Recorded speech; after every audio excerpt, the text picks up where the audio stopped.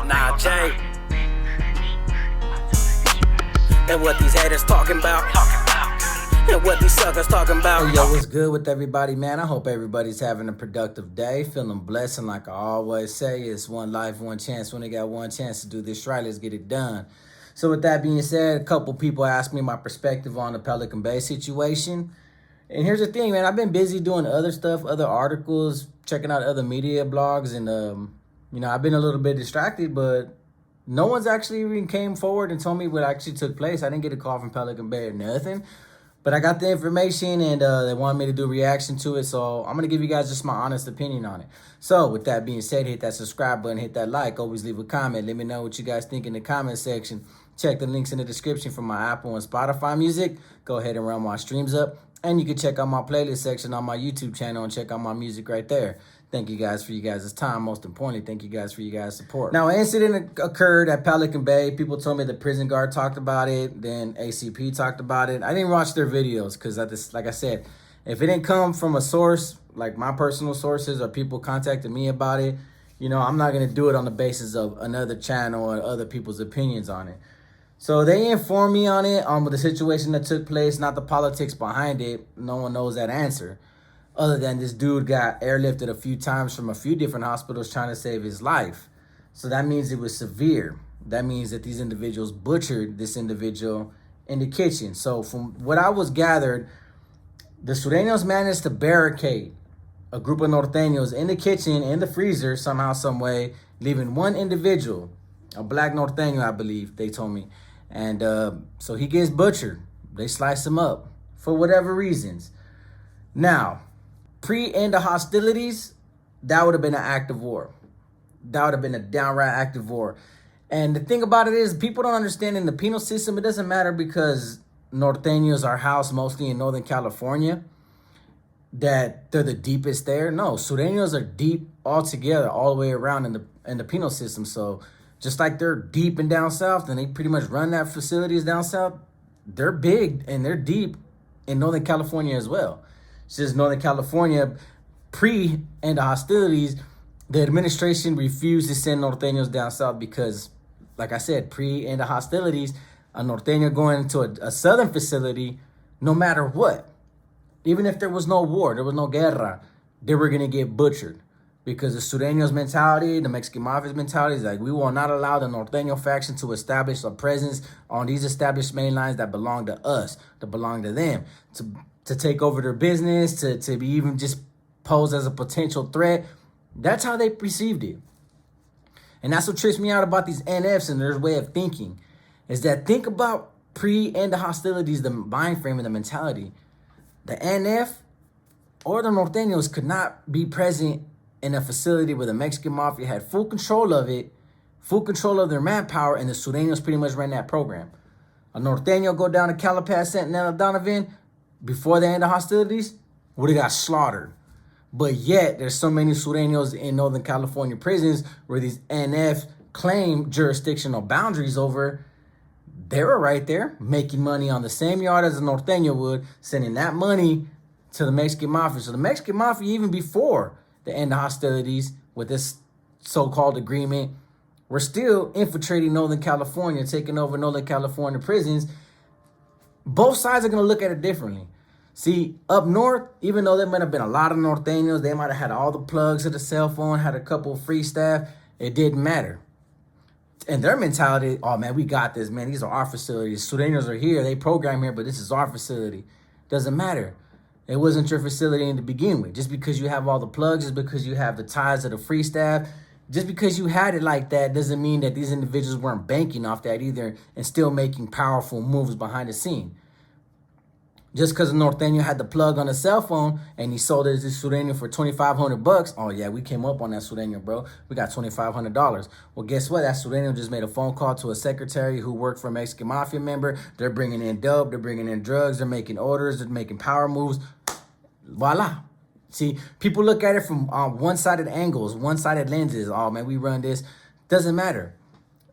A Norteño was not allowed to go to down south and establish any form of presence, establish a household, a strong front for the NF. But the NF can't see that because they were too busy worried about this end of hostilities, this hunger strike, having a piece so they can walk the line and walk the yard and use the drugs and get access to the cell phones. That's all they thought about. That was their only perspective on this whole reality. But guess what? That reality just hit home. All the way in Pelican Bay, where Norteños are present, where the Sureños are deeper than the Norteños, in their own backyard in Northern California, and one gets butchered. Sureños butchering a Norteño is the headline. I don't know how true this is. I don't know the facts. I don't know the details on it. I'm only giving you guys the basis of what they provided me. So you got Sureños that actually barricaded Norteños in a freezer, and then grab this one individual who happened to be Northern Structure and butcher him. Bad. To the point where he has to be airlifted multiple times to different hospitals just to save his life. Now, before the end of hostilities and when I was active, that would have been a declaration of war, plain and simple. I wouldn't have sat at my desk and wrote a letter saying, hey, man, hey, Carnal, hey, what do you want us to do, big homie? Hey, what should we do? How should we react? Do you want us to investigate it? No. I'm going to tell everybody, I'm going to send a filter out, get ready for war. Doors crack, get off. And we're going to make this last for a very long time until we get the numbers up or until we even the score. Eventually, we're going to have to check that scoreboard, and we better be up before this war is over. But the NF don't see that. See, this individual, this Northern Structure, just happened to be working for a specific big homie. Happened to be working for a specific big homie who just happens to be in a different facility working hand-in-hand with the Mexican Mafia. Now, isn't that a trip? So, a lot of us on YouTube can easily speculate what's going to happen, what should happen, what might not happen. That's just going to be a hard debate, man. I don't want to sit here and try to say that I'm instigating situations because I'm not. I just know prison politics and how prisoners react to certain situations. Now, like I told you, my mind's in a different place right now. When I had first heard about, the NF taking out other NF members on behalf of Mexican Mafia members, and Mexican Mafia members getting Norteños strung out, then telling NF members to hit their own people because they owe money, and the NF went on ahead and did it. My perspective is totally different from the times when I was an active Norteño answering to the NF. Back then, when I was answering to the NF, Mondo would have said go to war. Mondo would have said this. Lencho would have said that. A lot of these individuals that didn't have nothing to lose because they was too busy isolated in the shoot programs could have easily been like, bro, we're not going to be any casualties of war. We're not benefiting now as it is like these guys. Why don't we just send our people to war? That way we can shake up their business. That way these Mexican Mafia members don't get their money. That would have been their mentality back then. But since they're out on the yard making money and the Mexican Mafia is making money and everybody's making money, they don't want nothing. They don't want to shake no trees. They don't want to rattle no cages, no more. So I can only imagine what the discussions are. And it's only because there was some information that I was provided that I haven't talked about yet because it's a small portion. It's a small fragment of information. I'm like, well, I can make a video about this, but this would be the perfect time to use this. Now, before the NF state leadership was indicted and got taken to the feds and federal holdings and is looking at Fed cases and all that, when they were still here, Chuco, Conejo, everybody that was on the yard before Baby Joker was hit, they were actually in contact with a couple Mexican Mafia members. One of them is Toto, by the way. He had a little communication here and there.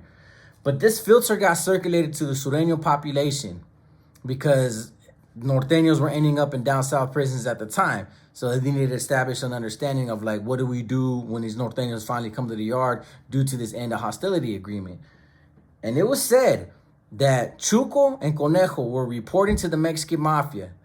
And it was a list of 8 NF members who they labeled rogue NF members that weren't abiding by the program, that were siding up with the federal faction, that weren't siding up with the state leadership, and that were against the end of hostilities program. So they labeled these individuals rogue NF members to the Mexican Mafia, saying if any of these individuals do anything to jeopardize the end of hostilities agreement, that they're acting on their own, they're not acting on behalf of the organization. That was all that was said during that conversation. And I thought about it and I tried to talk to the individual who gave me the information. I'm like, what does that mean, bro? Does that mean like the Mexican Mafia is more than welcome to hit these guys with some Sureños if they was to land on the yard just to help them alleviate their own problem, their own mess, since they can't get a hold of these NF members and get them in line with the state faction, smack them? or if these individuals decide to do stuff on and Emmett territory and Emmett prisons, established prisons, go ahead and whack them. They ain't doing it on behalf of us. We don't answer to them. They don't answer to us. Like, they pretty much gave a list of 8 NF members and just fed them to the wolves. That's been bothering me for a long time because I just don't understand the concept of familia, familianos, hermanos, brotherhood, but yet they're just taking each other out or they're feeding each other to the wolves. That's the part that bothers me. The part that's going to even bother me more is how this situation escalates or it gets de-escalated, because either way, there ain't no win-win. We got Norteños getting butchered by Sureños, getting set up to be locked in a refrigerator by Sureños, but there is supposed to be a mutual understanding and a mutual agreement. But it's funny that all of us been throwing a peace treaty, the title peace treaty, all over the place. So I talked to somebody that was in the prison system who just got out. And he had to correct me on this. He goes, the misconception that everybody on YouTube and everybody on the streets has is they call it a peace treaty, but it's not a treaty. It was the end of hostilities agreement. It's just an agreement. That agreement is subject to change. That agreement leaves so many loopholes for them to revise plans, revise communications, revise diplomacy. Dude, it's just an understanding. It's an agreement that we're all going to go out there and try to keep the peace amongst each other, but it doesn't mean that it's a peace treaty that's just going to be like a manifesto forever and a day. Nothing better not happen or else everybody's going to get killed for possibly, destroying the peace treaty. He said, bro, it's just an agreement. That agreement is always subject to change, and it was just a mutual understanding to get them out of the shoe. Doesn't mean that we're going to hold up to it. Things might turn out different. The Mexican Mafia gets to say, you know what, let's slaughter as many NF members as we can, take over as many prisons as we can, and then the ones that are left, we can either tell them to conform, become part of the organization, or we can give them the boot too, or they could just coexist.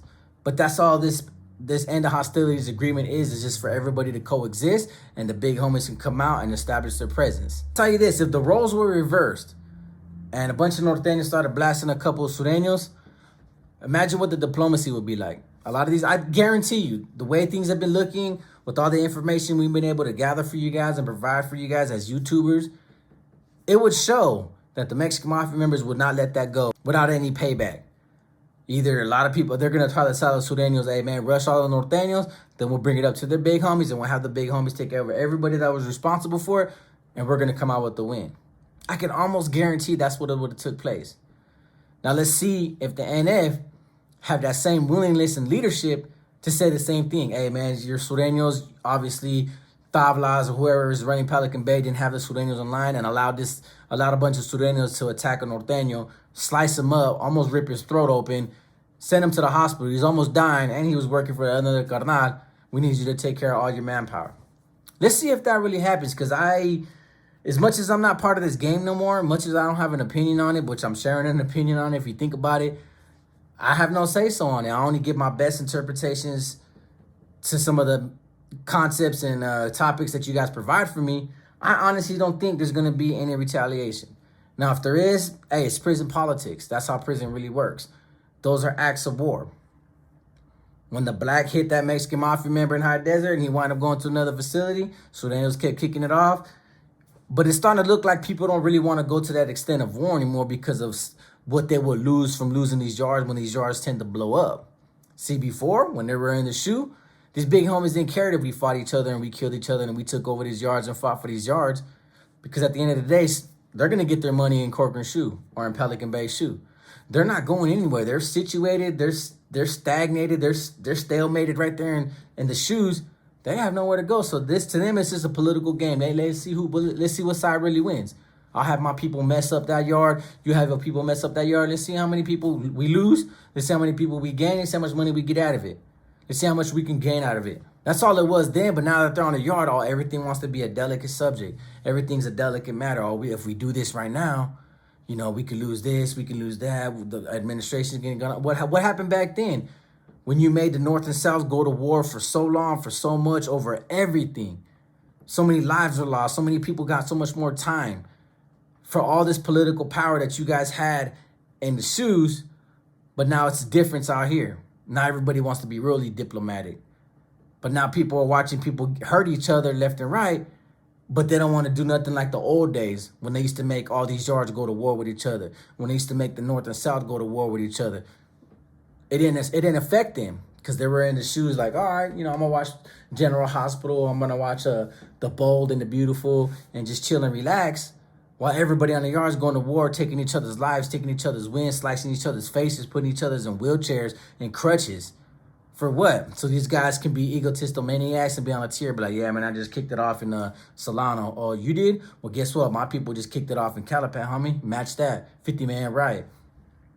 That's all it was back then. But let's see what the NF leadership that still exists in the California penal system, let's see how they react.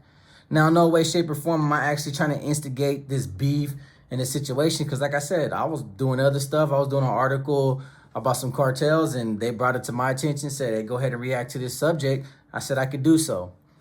The thing about it is, I honestly think the Nortenos are being overpowered.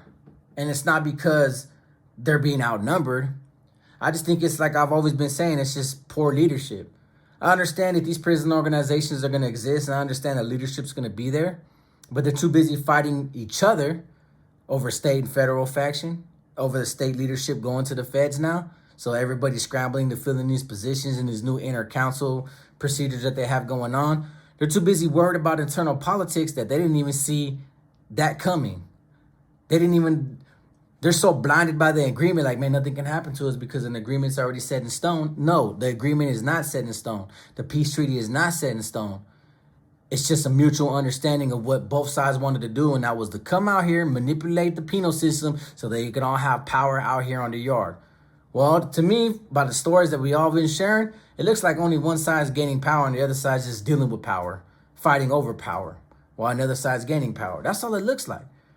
And now they have one of their own getting butchered in a cafeteria or a work area, while the rest of them got locked in a freezer or got locked in a door where they couldn't even engage and protect one of their own. That's how easy it was, and that's how subtle they were to get that job done. So I'm going to sit on back and I'm going to watch and I'm going to see all this transpire. That's just my honest opinion. No way, shape, or form. Like I said, I want this to happen. Do I want them to go to war with each other? Because no. As much as I want everybody to do their time peacefully and just, understand that, prison politics they're getting watered down. They're not the same anymore. But they've always been about bloodshed. It's always been about violence and aggression and, who had the bigger bolas on the yard. That's all it really is. But people are really getting hurt now on these yards more than ever because these big homies don't know how to be proper leadership, don't know how to govern with good leadership. They're just power happy drug addicts, and they're too busy competing with each other, and everybody else is just caught up in the middle. And that's a sad reality about this subject that I wanted to talk about. So I did the best of my interpretation when it comes to small details in such a small subject. But let me know what you guys think in the comment section of what's going to take place. How should the North react to the South doing that to them? How's the NF going to react based on the fact that, some of their own little manpower, their own leadership that they puppeteer all day just got hit? What's going to be the fallout? You guys let me know in the comment section. Maybe you guys can educate me on a couple of subjects. So with that being said, like I always say, it's one life, one chance. We only got one chance to do this right. Let's get it done. Peace.